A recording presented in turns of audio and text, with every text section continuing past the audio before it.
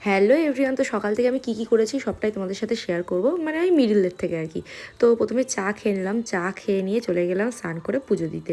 তো এই যে প্রথমে ঠাকুরের কাছে পুজো দিয়ে চলে আসলাম হচ্ছে তুলসী মঞ্চের কাছে। তারপরে খাওয়া দাওয়া করে চলে গেছিলাম আমি স্কুলে আর কি। তো স্কুলে যেতেই হবে, তো লেট হয়ে গেছিলো তখন 10টা 50 বাজে। তো কাকুর সাথে চলে গেলাম স্কুলে, গিয়ে এই যে প্রার্থনা হলো, প্রেয়ার লাইন হওয়ার পরে চলে গেলাম ক্লাসে। ক্লাসে গিয়ে তো প্রথমেই ফার্স্ট নাম প্রেজেন্ট করতে হবে। তো নাম প্রেজেন্ট করে ফার্স্ট ক্লাস নিলাম। এই যে বাচ্চারা হোমওয়ার্ক দিয়েছে, এটা হচ্ছে 5-এর বই। বলো তো এটা 5-এর কী বই, তোমরা বলতে পারবে অবশ্যই। ইতিহাস বই। তো যাই হোক, তারপরে আমি কোন কোন ক্লাসে আমার প্রশ্ন করতে হবে সেই মানে একটা চার্ট করে নিলাম।